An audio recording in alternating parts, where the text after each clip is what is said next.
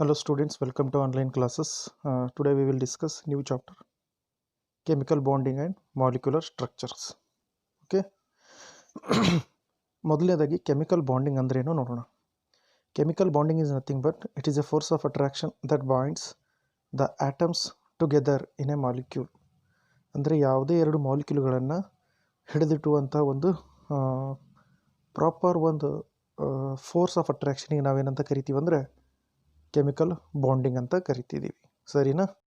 ಅದೇ ರೀತಿ chemical bonding ಬಂದು ಸೇಮ್ ಆಟಮ್ ಜೊತೆ ಆದರೂ ಬಾಂಡ್ ಆಗಬಹುದು ಅಥವಾ ಡಿಫರೆಂಟ್ ಆಟಮ್ ಜೊತೆ ಕೂಡ ಬಾಂಡ್ ಆಗಬಹುದು. ಸರಿನಾ? ಅದೇ ರೀತಿ ಇನ್ನೊಂದು ಸರಿ ಹೇಳಬೇಕಂದ್ರೆ ಇಲ್ಲಿ ಈ ಬಾಂಡಿಂಗ್ ಏನಾಗುತ್ತಲ್ಲ, either it is transfer of the ಎಲೆಕ್ಟ್ರಾನಿಂದಾದರೂ ಆಗುತ್ತೆ ಬಾಂಡಿಂಗು, ಇಲ್ಲಾಂದರೆ sharing of the electron in between two atoms. Okay, ಅದಕ್ಕೆ ನಾವೇನಂತ ಕರಿತೀವಿ, ಕೆಮಿಕಲ್ ಬಾಂಡಿಂಗ್ ಅಂತ ಕರಿತೀವಿ. So chemical bonding is nothing but it is a force of attraction between the two atoms by the either by sharing or by transfer of electron. ಇದಕ್ಕೆ ನಾವೇನಂತ ಕರಿತೀವಿ ಅಂದರೆ chemical bonding ಅಂತ ಕರಿತೀವಿ. ಬನ್ನಿ ಹಾಗಾದರೆ ಇವಾಗ ಲೆವಿಸ್ ಸಿಂಬಲ್ ಅಂದರೆ ಏನಂತ ನೋಡೋಣ. ಈ ಲೆವಿಸ್ ಸಿಂಬಲ್ಸ್ ಏನಕ್ಕೆ ಯೂಸ್ ಮಾಡ್ತಿದ್ದೀವಿ ನೋಡಿ. ಯಾವುದೇ ಒಂದು ಕೆಮಿಕಲ್ ಬಾಂಡಿಂಗ್ ಫಾರ್ಮೇಷನ್ ಆದರೆ ಅದರಲ್ಲಿರುವಂಥ ಔಟರ್ಮೋಸ್ಟ್ ಎಲೆಕ್ಟ್ರಾನ್ಗಳು ಪಾರ್ಟಿಸಿಪೇಟ್ ಆಗಿದ್ದೇವೆ ಅಂದರೆ ಔಟರ್ಮೋಸ್ಟ್ ಆರ್ಬಿಟಲ್ ಅಂದರೆ ಯಾವುದು ಕರಿತೀವಿ, ವ್ಯಾಲೆನ್ಸ್ ಎಲೆಕ್ಟ್ರಾನ್ಸ್ ಅಂತ ಕರಿತೀವಿ. Whether they take part in a chemical reaction or not ಅನ್ನೋದನ್ನು ನಾವು ಎಕ್ಸ್ಪ್ಲೇನ್ ಮಾಡೋಕ್ಕೋಸ್ಕರ ಈ ಲೆವಿಸ್ ಸಿಂಬಲ್ಸ್ಗಳನ್ನು ಬಳಸ್ಕೊತಾ ಇದ್ದೀವಿ. ಸೊ ಲೆವಿಸ್ ಸಿಂಬಲ್ಸ್ ಅಂದರೆ ಏನಪ್ಪ ಅಂದರೆ the simple notation and representation, simple notation to represent valence electron in a atom, valence electron in a atom. These notations are called Lewis symbols or Lewis notations. ನೋಡಿ, ಇದರಲ್ಲಿ ಹೇಗೆ ನಾವು represent ಮಾಡ್ತೀವಿ ಅಂದರೆ we just put a dots.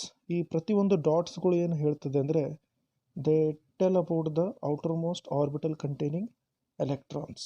Okay, outermost ಆರ್ಬಿಟಲಲ್ಲಿರುವಂಥ ಎಲೆಕ್ಟ್ರಾನ್ಸ್ಗಳನ್ನು ನಾವು dot ರೂಪದಲ್ಲಿ ರೀಪ್ರೆಸೆಂಟ್ ಮಾಡ್ತೀವಿ. ಸೊ ಪ್ರತಿಯೊಂದು ಡಾಟ್ ಏನಪ್ಪ ಅಂದರೆ ಒಂದು ಎಲೆಕ್ಟ್ರಾನ್ಗೆ ಸಮನಾಗಿರುತ್ತೆ. ಸೊ ಅರ್ಥ ಆಯ್ತಾ? ಇಲ್ಲಿ ನೀವು ನೋಡ್ತಾ ಇದ್ದೀರಿ, ಲಿಥಿಯಮಲ್ಲಿ 1, ಬೆರಿಲಿಯಮಲ್ಲಿ 2, ಬೋರಾನಲ್ಲಿ 3, ಕಾರ್ಬನಲ್ಲಿ 4, ಆಕ್ಸಿಜನ್ 5, ಅದು ನೈಟ್ರೋಜನ್ 5, ಆಕ್ಸಿಜನ್ 6, ಫ್ಲೋರಿನ್ 7, ನಿಯಾನ್ 8. ಇವೆಲ್ಲ ಏನಿದೆ ಅಂದರೆ outer most orbital containing electrons. Suppose ನಾನು ಬೆರಿಲಿಯಮ್ ಹೇಳಿದೆ 1s2 2s2 2 ಬಂದು outer most orbital, so s2, so outer most orbital containing 2 electron. ಈ ರೀತಿ ಹೇಳಿದಾಗೆ ಈ ನೈಟ್ರೋಜನ್ ಇದೆ, ನೈಟ್ರೋಜನ್ ಎಲೆಕ್ಟ್ರಾನಿಕ್ ಕಾನ್ಫಿಗರೇಷನ್ ಬಂದು 1s2 2s2 2p3. So 2s2 ಒಳಗಡೆ 2 ಇದ್ದರೆ 2p ಒಳಗಡೆ 3 ಇದ್ದಾವೆ. ಸೊ ಟೋಟಲಿ 5 ಎಲೆಕ್ಟ್ರಾನ್ಗಳು ಇದ್ದಾವೆ ಅಂತ ಅರ್ಥ. ಸೊ ಈ ರೀತಿ ನಾವು ಇವುಗಳನ್ನು ನಾವು ರೀಪ್ರೆಸೆಂಟ್ ಮಾಡಿ ಬರಿತಾ ಇದ್ದೀವಿ. ಸೊ ಇದನ್ನು ಮೊದಲನೇ ಬಾರಿ ಲೆವಿಸ್ ಅನ್ನೋರು ಇಂಟ್ರೊಡ್ಯೂಸ್ ಮಾಡಿದ್ದರಿಂದ ಅವುಗಳನ್ನು ನಾವು ಏನಂತ ಕರಿತೀವಿ, ಲೆವಿಸ್ ಸಿಂಬಲ್ಸ್ ಅಂತಲೇ ಕರಿತಾ ಇದ್ದೀವಿ. ಅರ್ಥ ಆಯಿತು? ಬನ್ನಿ ಹಾಗಾದರೆ ಲೆವಿಸ್ ಸ್ಟ್ರಕ್ಚರ್ ಬಗ್ಗೆ ನೋಡೋಣ. ಸೊ ಈ ಲೆವಿಸ್ ಸ್ಟ್ರಕ್ಚರ್ಸ್ ಏನು ಮಾಡ್ತದೆ, ಲೆವಿಸ್ ಸ್ಟ್ರಕ್ಚರ್ಸ್ ಬಂದು ದಟ್ ರೀಪ್ರೆಸೆಂಟ್ಸ್ ದ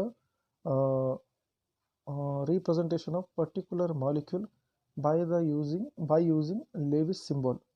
ಲೆವಿಸ್ ಸಿಂಬಲ್ಗಳನ್ನು ನಾವು ಯೂಸ್ ಮಾಡಿಕೊಂಡು ಲೆವಿಸ್ ಸ್ಟ್ರಕ್ಚರ್ ಡ್ರಾ ಮಾಡ್ತಿದ್ದೀವಿ. ಇದರ ಮುಖಾಂತರ ನಮಗೇನು what we can able to get through the structure, ಇದರ ಮುಖಾಂತರ ನಮ್ಗೆ ಏನು ನೋಡಲಿಕ್ಕೆ ಸಿಗ್ತದೆ ಅಂದರೆ we can calculate the number of bonds, ಎಷ್ಟೆಷ್ಟು ರೀತಿಯಾದಂಥ ಎಷ್ಟೆಷ್ಟು ಬಾಂಡ್ಸ್ಗಳಿದೆ ಅಂತ ನಾವು ಕ್ಯಾಲ್ಕುಲೇಟ್ ಮಾಡ್ಬೋದು. ಸಪೋಸ್ ಕಾರ್ಬನ್ ಮೊನಾಕ್ಸೈಡ್ ಇದೆ, ಕಾರ್ಬನ್ ಬಂದು ಎಷ್ಟಿದೆ ರೀ, 1s2 2s2 2p2 ಇದೆ. ಕರೆಕ್ಟಾ? 1s2 2s2 2p2 ಅಂದರೆ ಅದರ ಎಲೆಕ್ಟ್ರಾನ್ ಕಾನ್ಫಿಗರೇಷನ್ 6 ಎಲೆಕ್ಟ್ರಾನ್ಸ್ ಇರೋದ್ರಿಂದ 2s2 2p2 ಇದೆ. ಕರೆಕ್ಟಾ? ಅದೇ ರೀತಿ ಆಕ್ಸಿಜನ್ದು 2s2 2p4 ಬರುತ್ತೆ. ಕರೆಕ್ಟಾ? ಅದು 4 ಬರುತ್ತೆ. ಇದರದ್ದು ಎಷ್ಟು ಬರುತ್ತೆ, ಔಟರ್ ಮೋಸ್ಟ್ ಆರ್ಬಿಟಲಲ್ಲಿ ಇದರಲ್ಲಿ 2 ಇದ್ದರೆ ಅದರಲ್ಲಿ 4 ಇದೆ. ಸೊ ಎರಡರ ಮಧ್ಯೆ ಬಾಂಡ್ ಹೇಗಾಗುತ್ತೆ, ಮೊದಲು ಏನು ಮಾಡಬೇಕು ನೀವು, ಅದರ ಔಟರ್ ಮೋಸ್ಟ್ ಆರ್ಬಿಟಲ್ಗಳು according to Lewis structure draw ಮಾಡಿ ಇಟ್ಕೊಂಡ್ಬಿಡಬೇಕು. ಅದರ ನಂತರ ಏನು ಮಾಡಿರಿ, ಆಕ್ಸಿಜನ್ನು ಡ್ರಾ ಮಾಡಿರಿ. ಆಕ್ಸಿಜನ್ ಮೇಲೂ ಕೂಡ ಡಾಟೆಡ್ ಲೈನ್ಗಳು ಹಾಕ್ಕೊಂಡು ಹೋಗ್ಬಿಡಿ, ಡಾಟೆಡ್ ಸ್ಟ್ರಕ್ಚರ್ಸ್ಗಳು. ಆ ನಂತರ ಎರಡರ ಮಧ್ಯೆ ಎಂಟೆಂಟ್ ಆಗೋ ಹಾಗೆ ಎರಡನ್ನು ಬಳಸ್ಕೊಂಡು ಮಾಡೋದ್ರಿಂದ ನಾವು ಏನು ಮಾಡ್ಬೋದಪ್ಪ ಅಂದರೆ ಆಕ್ಟೇಟ್ ಕಂಪ್ಲೀಟ್ ಮಾಡೋ ರೀತಿ, ಅಂದರೆ ಒಂದು ಆಟಮ್ ಸುತ್ತಮುತ್ತ ಎಷ್ಟು ಎಲೆಕ್ಟ್ರಾನ್ ಇರಬೇಕು, 8 ಎಲೆಕ್ಟ್ರಾನ್ ಇರಬೇಕು ಅನ್ನೋ ಒಂದು ಸಿಸ್ಟಮನ್ನು ನಾವು ಫಾಲೋ ಮಾಡಿಕೊಂಡು ಕಾಮನೈಸ್ಡ್ ಮಾಡ್ಕೊತ ಹೋದಾಗ we can able to see carbon ಮತ್ತು ಆಕ್ಸಿಜನ್ ಮಧ್ಯೆ ಏನಿರ್ಬೋದು ಅಂತ ಹೇಳ್ತೀವಿ, ಟ್ರಿಪಲ್ ಬಾಂಡ್ ಇರುತ್ತೆ. ಅದೇ ರೀತಿ ಎರಡೂ ಕೂಡ ಒಂದೊಂದು ಲೋನ್ ಪೇರ್ ಆಫ್ ಎಲೆಕ್ಟ್ರಾನ್ಸ್ಗಳನ್ನು ಕ್ಯಾರಿ ಕೂಡ ಮಾಡ್ತೇವೆ ಅಂತ ನಾವು ಈ ಸ್ಟ್ರಕ್ಚರ್ ಮುಖಾಂತರ ನೋಡ್ತೀವಿ. ಅದೇ ರೀತಿ ಕಾರ್ಬನ್ ಡೈಆಕ್ಸೈಡಲ್ಲೂ ನೋಡ್ಬೋದು. ಕಾರ್ಬನ್ ಡೈಆಕ್ಸೈಡಲ್ಲಿ ಕಾರ್ಬನ್ದು ಔಟರ್ ಮೋಸ್ಟ್ ಎಲೆಕ್ಟ್ರಾನ್ಗಳ ಸಂಖ್ಯೆ, ಕಾರ್ಬನ್ ವ್ಯಾಲೆನ್ಸಿ ಬಂದು 4 ಇದೆ. ಸೊ ನಾವು 4 ಡಾಟ್ಗಳನ್ನು ಹಾಕಿದ್ದೀವಿ ಅಂತ ತಿಳ್ಕೊಳ್ಳಿ. ಅದೇ ರೀತಿ ಆಕ್ಸಿಜನ್ದು ಎಷ್ಟಿದೆ, ಆಕ್ಸಿಜನ್ ಬಂದು ಔಟರ್ ಮೋಸ್ಟ್ ಆರ್ಬಿಟಲ್ಗಳ ಸಂಖ್ಯೆ ಎಲೆಕ್ಟ್ರಾನ್ಗಳು 6 ಇದೆ, 6 ಡಾಟ್ ಹಾಕಿದ್ವಿ. ಈಗ ಪ್ರಾಬ್ಲಮ್ ಏನಾಗುತ್ತಂದರೆ ಕಾರ್ಬನ್ದು 4 ಇದೆ. ಸೊ 4 ಇರೋದ್ರಿಂದ 4 ಎಲೆಕ್ಟ್ರಾನ್ ಬೇಕು, ಹೌದಾ? ಅದಕ್ಕಾಗಿ ಅದೇನು ಮಾಡ್ತದೆ, ಇನ್ನೂ 2 ಎಲೆಕ್ಟ್ರಾನನ್ನು ಮ್ಯೂಚುವಲಿ ಶೇರ್ ಮಾಡ್ಕೋತದೆ ಆಕ್ಸಿಜನ್ದು. ಅದೇ ರೀತಿ ಈ ಕಡೆ ಇನ್ನೊಂದು ಆಕ್ಸಿಜನ್ ಜೊತೆ ಶೇರ್ ಮಾಡಿಕೊಂಡು ಮಿಡಲ್ ಆಟಮ್ ಇದೇನಿದೆಯಲ್ಲ ಕಾರ್ಬನ್ನು, ಅದೇನು ಮಾಡ್ಕೊಳ್ಳುತ್ತೆ, ಒಂದು ಎಲೆಕ್ಟ್ರಾನಿಕ್ ಕಾನ್ಫಿಗರೇಷನು 8ಕ್ಕೆ ಸಮನಾಗಿ ಮಾಡ್ಕೊಂಡ್ಬಿಡುತ್ತೆ. ಔಟರ್ ಮೋಸ್ಟ್ ಆರ್ಬಿಟಲಲ್ಲಿ ಎಲೆಕ್ಟ್ರಾನ್ಗಳ ಸಂಖ್ಯೆ 8ಕ್ಕೆ ಸಮನಾಗಿ ಮಾಡ್ಕೊಂಡ್ಬಿಡುತ್ತೆ. ಹಾಗೆ ಮಾಡ್ಕೊಳ್ಳೋದ್ರಿಂದ ಮಿಕ್ಕಿದ ಆಕ್ಸಿಜನ್ಗಳು ಕೂಡ ಅವಕ್ಕೂ ಏನು ತೊಂದರೆ ಆಗೋಲ್ಲ. ಅವುಗಳ ಮೇಲಿನ ಡಾಟ್ ಸಂಖ್ಯೆಗಳು ನೋಡಿದಾಗ ಕಾಮನ್ ಆಗಿ ಎಣಿಸ್ಕೊಳ್ರಿ, ಆಕ್ಸಿಜನ್ ಮೇಲೆ ಕೂಡ 1 2, ಕೆಳಗಡೆ 1 2 4, ಮತ್ತು ಇವು 4 ಡಾಟ್ಗಳು ಕೂಡಿಸಿದ್ರೆ 8 ಆಗ್ತದೆ. ಸೊ ಹೀಗಾಗಿ ನಾವು ಕಾಮನೈಸ್ಡ್ ಆಗಿ ನಾವು ಏನು ಮಾಡ್ತೀವಿ, ಕಾರ್ಬನ್ ಕಡೆಯಿಂದ ನೋಡಿದಾಗ ಈ ಕಡೆ 4 ಮತ್ತು ಮುಂದ್ಗಡೆ ಕಾರ್ಬನ್ ನೋಡಿದಾಗ ಆ ಕಡೆ 4 ಡಾಟ್ಗಳು ಅಂದರೆ 8. ಅದೇ ರೀತಿ ಆಕ್ಸಿಜನ್ ನೋಡಿದಾಗ ಮೇಲೆ 2 ಕೆಳಗಡೆ 2 ಮುಂದ್ಗಡೆ 4 8. ಅದೇ ರೀತಿ ಈ ಕಡೆ ಆಕ್ಸಿಜನ್ ನೋಡಿದಾಗ ಮೇಲ್ಗಡೆ 2 ಕೆಳಗಡೆ 2 ಮತ್ತು ಈ ಕಡೆ ಹಿಂದ್ಗಡೆ 4 ಡಾಟ್ಗಳು ನೋಡಿದ್ರೆ 8. ಹೀಗಾಗಿ ಕಾರ್ಬನ್ ಡೈಆಕ್ಸೈಡಲ್ಲಿ ಎಲ್ಲ ಎಲಿಮೆಂಟ್ಗಳದ್ದು ಸುತ್ತಮುತ್ತ 8 ಡಾಟ್ಸ್ಗಳಿದ್ದಾವೆ. ದಟ್ 8 ಡಾಟ್ಸ್ಗಳು ಏನು ಹೇಳ್ಕೊಡ್ತದೆ ಅಂದರೆ, that tells about the number of electrons in their outer orbital, or we can able to say they fulfil their octet ರೂಲ್ಗೆ ಫುಲ್ಫಿಲ್ ಮಾಡ್ತಾ ಇದ್ದಾವೆ ಅನ್ನೋ ರೀತಿ ಹೇಳ್ಕೊಡ್ತದೆ. ಅದರ ಮೇಲ್ಗಡೆ ನಾವೇನು ಮಾಡ್ತೀವಿ, ಈ ರೀತಿಯಂಥ ರೀಪ್ರೆಸೆಂಟೇಷನ್ ಸ್ಟ್ರಕ್ಚರ್ಸ್ಗಳನ್ನು ಡ್ರಾ ಮಾಡ್ಕೊಂಡು ಹೋಗ್ತಾ ಇದ್ದೀವಿ. ನೀವೇನು ಮಾಡಬೇಕು, ಪ್ರಾಕ್ಟೀಸ್ಗೋಸ್ಕರ ಅಂತ ಕೊಟ್ಟಿದ್ದೇವೆ. ಕೆಲವೊಂದು ಸರಿ ಏನು ಮಾಡ್ತಾನೆ ಎಕ್ಸಾಮಲ್ಲಿ, draw the structure of CO2 ಅಂತ ಕೇಳ್ಬೋದು, O3 ಅಂತ ಕೇಳ್ಬೋದು, O2 ಅಂತ ಕೇಳ್ಬೋದು. ಅದಕ್ಕಾಗಿ ನಿಮಗೆಲ್ಲ ಇವು ಡ್ರಾ ಮಾಡೋಕ್ಕೆ ಬರಬೇಕು ಅನ್ನೋ ಸಲುವಾಗಿ ನಾನಿಲ್ಲಿ ಕೊಟ್ಟಿದ್ದಿದ್ದೆ. ಓಕೆ, ಇನ್ನು ಕೆಲವೊಂದು ಕೂಡ ಸ್ಟ್ರಕ್ಚರ್ಸ್ ಇದೆ, ಅದು ಮುಂದಿನ ಸ್ಲೈಡಲ್ಲಿ ನಾನು ತೋರಿಸ್ತೀನಿ. ನೋಡಬಹುದು, ಸೈನೈಡ್ದೊಂದಿದೆ, ನೈಟ್ರೇಟ್ ಅಯಾನ್ ಒಂದಿದೆ, ಸಲ್ಫೇಟ್ ಅಯಾನ್ ಒಂದಿದೆ. ಅದೇ ರೀತಿ ಆಕ್ಸೈಡ್ -2 ಅಯಾನ್ ಇದೆಲ್ಲ. ಇದ್ರದ್ದೆಲ್ಲದ್ರದ್ದು ನಾನೇನು ಮಾಡಿದ್ದೀನಿ, ಲೆವಿಸ್ ಸ್ಟ್ರಕ್ಚರ್ ಅಂದರೆ ಡಾಟ್ ಲೈನ್ ಮುಖಾಂತರ ತೋರಿಸಿದ್ದೀನಿ, ಮತ್ತು ಅದೇ ರೀತಿ ಲೆವಿಸ್ ಸ್ಟ್ರಕ್ಚರ್ ಮುಖಾಂತರ ಕೂಡ ತೋರಿಸಿದ್ದೀನಿ. ಇದನ್ನು ನೀವೇನು ಮಾಡಿ ಅಂದರೆ ಬರೆದು ಪ್ರಾಕ್ಟೀಸ್ ಮಾಡಿಕೊಂಡು ಇವೆಲ್ಲ ಹೆಲ್ಪ್ ಆಗ್ತದೆ ನಿಮಗೆ ಎಕ್ಸಾಮ್ಸಲ್ಲಿ, ಥಿಯರಿಟಿಕಲ್ ಎಕ್ಸಾಮ್ಸಲ್ಲಿ ಕ್ವಶನ್ಸ್ ಕೇಳಿದ್ರೆ ಹೇಳಕ್ಕೆ ಬರುತ್ತೆ. ಸರಿನಾ? So this is about the Lewis structure.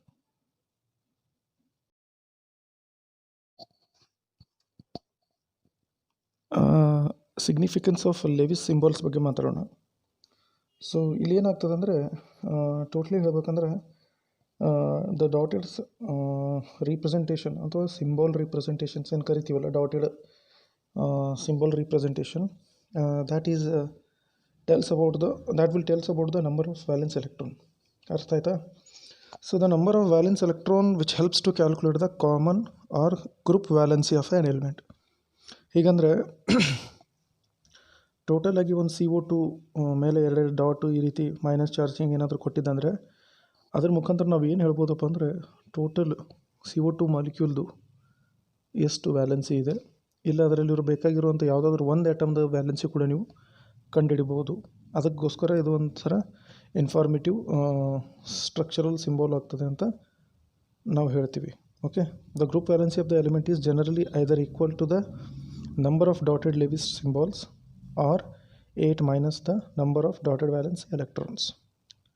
ಹೀಗೆ ಅರ್ಥ ಏನಪ್ಪ ಅಂದರೆ, ಸಪೋಸ್ ಒಂದು ಗ್ರೂಪ್ ಇದ್ದರೆ ಅದಕ್ಕೆ ನಾವೇನು ಮಾಡ್ತೀವಿ, the group valence is always generally equal to, ಅದು ಎದಕ್ಕೆ ಸಮನಾಗಿರ್ತದೆ, ಅದ್ರ ಮೇಲ್ಗಡೆ ಎಷ್ಟೆಷ್ಟು ಡಾಟೆಡ್ ಎಲೆಕ್ಟ್ರಾನ್ಸ್ಗಳಿದಾವಲ್ಲ, it will be equal to that one. ಇಲ್ಲ ಅಂದರೆ ಏನು ಮಾಡ್ತೀವಿ, 8ಗೆ ಮೈನಸ್ ಮಾಡ್ತೀವಿ. 8ಗೆ ಮೈನಸ್ ಮಾಡಿ ಡಾಟೆಡ್ ವ್ಯಾಲೆನ್ಸ್ ಎಲೆಕ್ಟ್ರಾನ್ಗಳನ್ನು ನಂಬರ್ ಏನಿದೆ ಅದು 8ಕ್ಕೆ ಮೈನಸ್ ಮಾಡಿದ್ರೆ ಏನೇನು ಬರುತ್ತಲ್ಲ, that will be the your valency ಅಂತ ಹೇಳ್ಬೋದು. ಸರಿನಾ? ಸೊ ಈ ಮುಖಾಂತರ ನಾವೇನು ಮಾಡ್ತೀವಿ ಅಂದರೆ, ಲೆವಿಸ್ ಸಿಂಬಲ್ ಮುಖಾಂತರ ವ್ಯಾಲೆನ್ಸಿ ಆಫ್ ಎ ಗ್ರೂಪ್ ಅಥವಾ ವ್ಯಾಲೆನ್ಸಿ ಆಫ್ ಎ ಆಟಮ್ ಇದನ್ನು ನಾವು ಕಂಡುಹಿಡಿಯಬಹುದು. ಅರ್ಥ ಆಯ್ತಾ?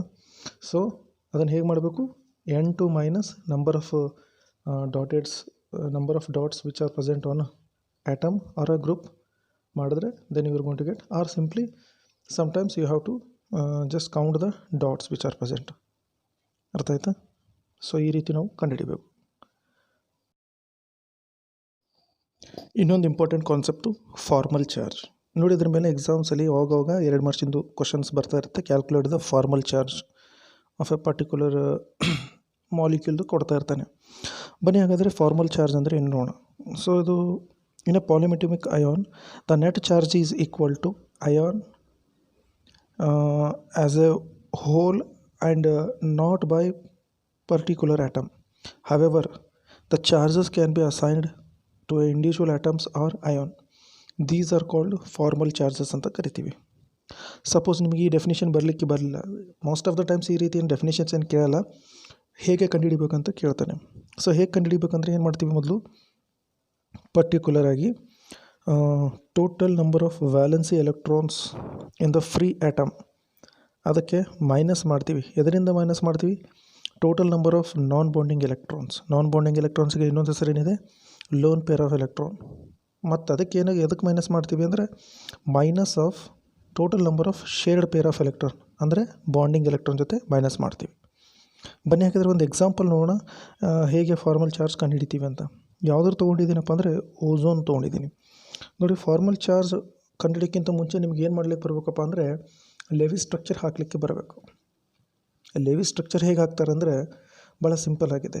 ಎಷ್ಟು ಆಟಮ್ಸ್ಗಳಿದ್ದಾವೆ ಕೌಂಟ್ ಮಾಡಿಕೊಂಡು ಅವುಗಳನ್ನು ಬರ್ಕೊಂಡು ಹೋಗಬೇಕು. ಬರ್ಕೊಂಡಿದ್ದ ನಂತರ ಏನು ಮಾಡಬೇಕು, ಅವುಗಳ ಮಧ್ಯೆ ಏನು ಮಾಡ್ಕೊತ ಹೋಗ್ಬೇಕು, ವ್ಯಾಲೆನ್ಸ್ ಎಲೆಕ್ಟ್ರಾನ್ ಡಾಟ್ಸ್ಗಳನ್ನು ಇಟ್ಕೊತ ಹೋಗ್ಬಿಡ್ಬೇಕು. ಆ ನಂತರ ಅವುಗಳನ್ನು ಕೌಂಟ್ ಮಾಡಿಕೊಂಡು ಎಲ್ಲೆಲ್ಲಿ 8ಕ್ಕೆ ಸಮನಾಗುತ್ತೆ ಆ ರೀತಿ ಬಾಂಡ್ಸ್ಗಳನ್ನು ಹಾಕ್ಕೊತ ಹೋಗ್ಬೇಕು. ಸೊ ಆ ಮುಖಾಂತರ ನೀವು ಅದನ್ನು ಸ್ಟ್ರಕ್ಚರ್ ನೀವು ಮಾಡ್ಕೊಂಡ್ಬಿಡ್ತೀರಿ, ಸರಿನಾ? ಇವಾಗ ಇಲ್ಲಿ ಓಝೋನ್ ಸ್ಟ್ರಕ್ಚರ್ ಹಾಕಿದ್ದೀವಿ. ಈ ಓಝೋನ್ ಸ್ಟ್ರಕ್ಚರಲ್ಲಿದೆ, ಸೆಂಟ್ರಲ್ ಇರೋದನ್ನು 1 ಅಂತ ರಿಪ್ರೆಸೆಂಟ್ ಮಾಡಿದ್ದೀನಿ.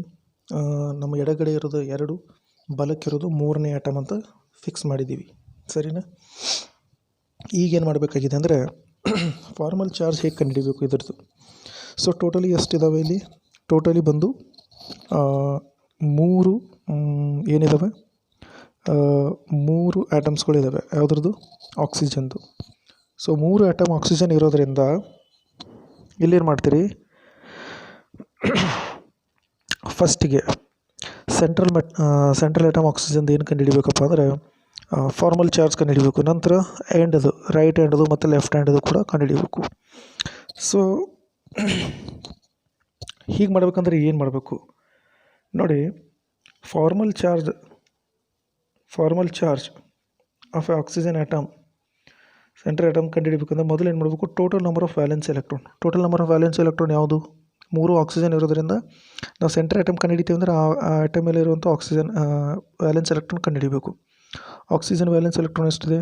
1s2 2s2 2p4, ಅಂದರೆ 2s2 2p4 s2p4 ಅಂದರೆ 4 2 ಕೂಡಿದ್ರೆ 6 ಆಗ್ತವೆ. ಹಾಗಾಗಿ ಅದರ ವ್ಯಾಲೆನ್ಸ್ ಎಲೆಕ್ಟ್ರಾನ್ಗಳ ಸಂಖ್ಯೆ 6. ಮೈನಸ್ ಹಾಕೊಂಡ್ಬಿಟ್ಟು number of non bonding electron ಅಂದರೆ ಆ ಆಕ್ಸಿಜನ್ 1 ಏನಿದೆಯಲ್ಲ ಅದರ ಮೇಲೆ ಎಷ್ಟು ಡಾಟ್ಸ್ಗಳಿವೆ ನೋಡ್ಕೊಳ್ಳಿ. 2 ಡಾಟ್ಗಳಿವೆ. ಆ 2 ಡಾಟ್ಗಳು ಏನೇನು ರಿಪ್ರೆಸೆಂಟ್ ಮಾಡುತ್ತೆ? ನಾನ್ ಬಾಂಡಿಂಗ್ ಎಲೆಕ್ಟ್ರಾನ್ಗಳ ಬಗ್ಗೆ ರಿಪ್ರೆಸೆಂಟ್ ಮಾಡುತ್ತೆ. ಅದನ್ನು ನಾನು ಬರ್ಕೋಬೇಕು. ಎಷ್ಟಿದ್ದಾವೆ? 2 ಡಾಟ್ ಇವೆ ಅಂದರೆ 6 - 2 ಅಂತ ಬರ್ಕೋಬೇಕು.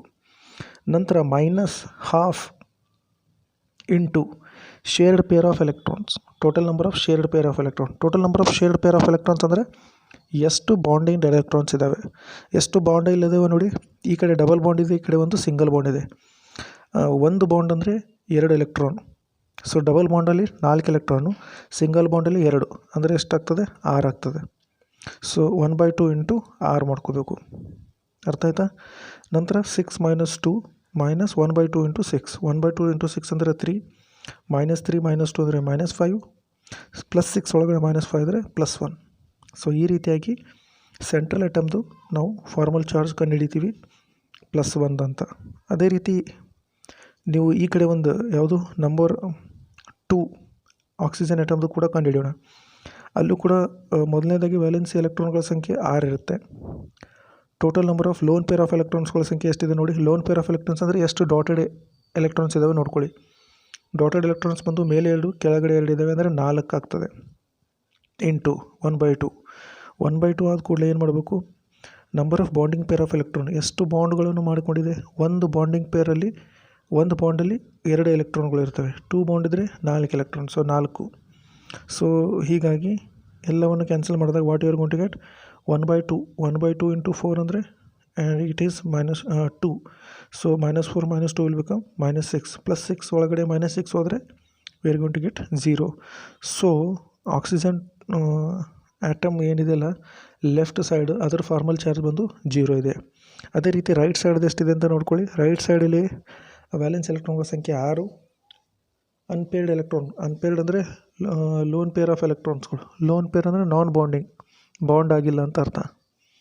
ಸೊ ಬಾಂಡ್ ಆಗದೇ ಇರುವಂಥ ಎಲೆಕ್ಟ್ರಾನ್ಗಳ ಸಂಖ್ಯೆ ಹೇಗೆ ನಡಿತೀವಿ, ಡಾಟೆಡ್ ಸ್ಟ್ರಕ್ಚರ್ಸ್ಗಳ ಮೇಲೆ. ಎಷ್ಟು ಡಾಟ್ಸ್ ಇದ್ದಾವೆ, 3 ಪೇರ್ ಆಫ್ ಇದ್ದಾವೆ. 3 ಪೇರ್ ಅಂದರೆ 6 ಎಲೆಕ್ಟ್ರಾನ್ಸ್ಗಳಿದೆ. So again -6 -1/2 into bond pair ಅಂದರೆ ಎಷ್ಟು, ಯಾವುದು ಬಾಂಡ್ ಆಗಿದೆ, ಎಷ್ಟು ಬಾಂಡ್ ಆಗಿದೆ, ಒಂದೇ ಸಿಂಗಲ್ ಬಾಂಡ್ ಆಗಿದೆ. ಸಿಂಗಲ್ ಬಾಂಡ್ ಅಂದರೆ ಎಷ್ಟು ಎಲೆಕ್ಟ್ರಾನ್ಸ್ ಇರುತ್ತೆ, 2 ಎಲೆಕ್ಟ್ರಾನ್ಗಳು ಇರುತ್ತೆ.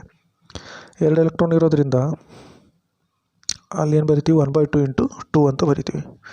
ಸೊ 1/2 ಇಂಟು 2 ಮಾಡಿದ್ರೆ ದ್ಯಾಟ್ ವಿಲ್ ಬಿಕಮ್ 0. ಸೊ -1 ಆಗ್ತದೆ. ಸೊ -6 -1 ಕೂಡಿದ್ರೆ -7 ಆಗ್ತದೆ. +6 ಒಳಗಡೆ -7 ಆದರೆ -1 ಉಳಿತದೆ. So that tells about what the formal charge of the right hand side oxygen, that is oxygen atom number 3 have a formal charge is equal to -1 ಅಂತ ಹೇಳ್ಬೋದು. ಈ ರೀತಿಯಾಗಿ ನಾವೇನು ಮಾಡ್ತೀವಿ ಅಂದರೆ ಫಾರ್ಮಲ್ ಚಾರ್ಜ್ಗಳನ್ನು ಕಂಡುಹಿಡಿತೀವಿ. ಅರ್ಥ ಆಯ್ತಾ?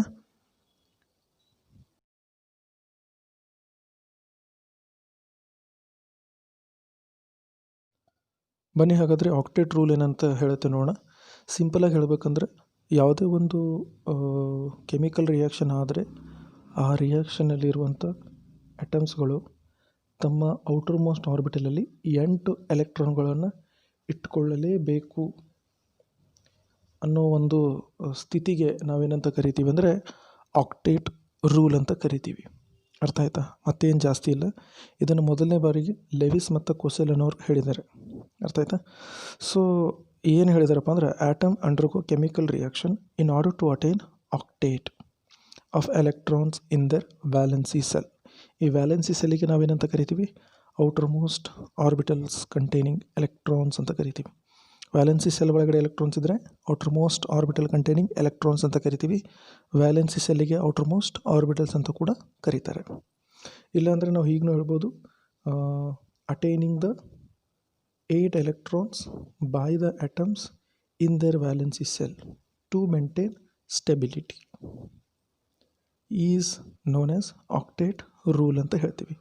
So to attain the octet rule, ಈ ಆಕ್ಟೇಟ್ ರೂಲನ್ನು ಅಟೈನ್ ಮಾಡಲೇಬೇಕು ಅಂದರೆ what are the choices are there for the atoms. ಯಾವ ಚಾಯ್ಸಸ್ ಇದೆ ಅಂದರೆ ಈ ರೀತಿ ಆಗಬೇಕಂದ್ರೆ atoms can either share electron or transfer electron. ಅರ್ಥ ಆಯ್ತಾ? ಮ್ಯೂಚುವಲಿ ಟ್ರಾನ್ಸ್ಫರ್ ಆದರೂ ಇದು ಮ್ಯೂಚುವಲ್ ಶೇರಿಂಗ್ ಆದರೂ ಮಾಡ್ಕೊರುತ್ತೆ, ಇಲ್ಲಾಂದರೆ ಟ್ರಾನ್ಸ್ಫರ್ ಆಫ್ ಎಲೆಕ್ಟ್ರಾನ್ಸ್ ಆದರೂ ಮಾಡಿಕೊಂಡು ಒಟ್ಟಿನಲ್ಲಿ ಔಟರ್ ಮೋಸ್ಟ್ ಆರ್ಬಿಟಲಲ್ಲಿ 8 ಎಲೆಕ್ಟ್ರಾನ್ಗಳನ್ನು ಇಟ್ಕೊಳ್ತವೆ. ಇದಕ್ಕೆ ನಾವೇನಂತ ಕರಿತೀವಿ, ಆಕ್ಟೇಟ್ ರೂಲ್ ಅಂತ ಕರಿತೀವಿ. ಸೊ ಇವತ್ತಿನ ಕ್ಲಾಸ್ ಇಲ್ಲಿವರೆಗೆ ಇರಲಿ. ನೆಕ್ಸ್ಟ್ ಕ್ಲಾಸಲ್ಲಿ ಏನು ಮಾಡೋಣ ಅಂದರೆ ಈ ಆಕ್ಟೇಟ್ ರೂಲ್ ಎಲ್ಲೆಲ್ಲಿ ಅಪ್ಲಿಕೇಬಲ್ ಆಗುತ್ತೆ ಮತ್ತು what are the importance of octet rule, ಓಕೆನಾ? ಇವುಗಳನ್ನೆಲ್ಲ ನಾವು ನೆಕ್ಸ್ಟ್ ಕ್ಲಾಸಲ್ಲಿ ಡಿಸ್ಕಸ್ ಮಾಡೋಣ. Okay, thank you.